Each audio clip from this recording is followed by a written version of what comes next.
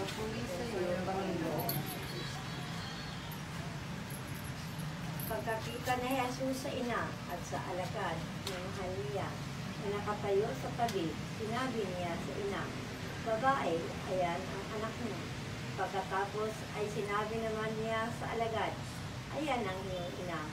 At mula sa oras na iyon, tinanggap siya ng alagad sa kanyang tahanan.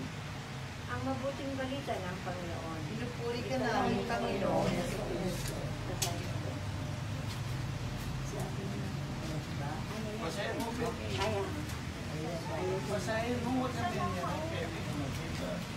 Alam namin mapagpalang Ama na ang pamilya ay hindi dapat magkahiwa-hiwalay hanggang magmumuha ito subalit dahil sa kahirapan at kawalan ng pag-asa.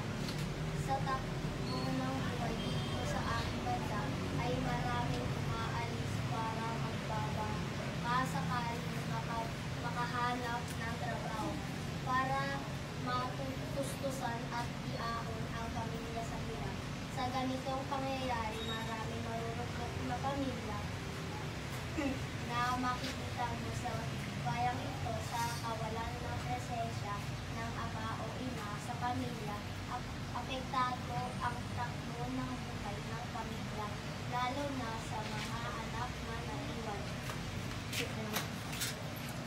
Aming dalangin, Panginoon, na huwag mo silang pabayaan simula sa mga naiwan nila dito sa bansa at lahat ng mga OFW sa buong mundo, tulad ng pagmamahal mo sa ina ng inyong anak na hindi mo siya pinabayaan sa kanyang pag-iisa at naghanap ka pa ng paraan na ipaalaga mo siya sa iba habang wala ang iyong anak.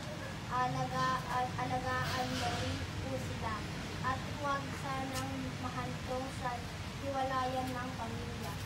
Biyayaan mo sila ng makabalik ang nagtatrabaho sa ibang bansa at uli mabuot sila ayon sa gastos. Hinihiling namin ito.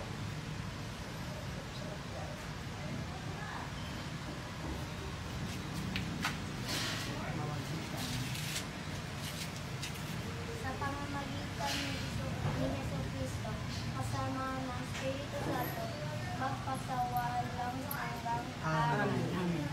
Isama po natin sa ating panalangin ang pamilya Galicana sa kanilang mga hangarin. Ama namin, sumasalangit ka sa mga ngalan. Habang sa amin ang talian mo, sundin ang loob mo dito sa lupa para ng salang. Bigyan mo po kami ng aming pagkain sa araw-araw at patawarin kami sa aming masama para mapatawad namin sa mga kasalanan sa amin. At huwag mo kami pinutulog sa tukso at kaya sa lahat ng masama. Aba, Ginoong Maria, napupuno ka ng grasya, ang Panginoong Diyos ay sinasayo.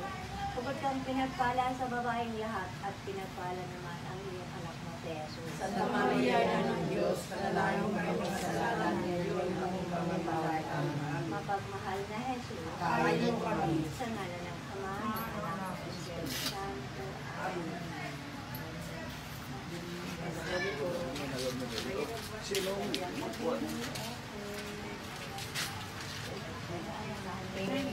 you. Gusto niya mag-juice? Ay, Thank you.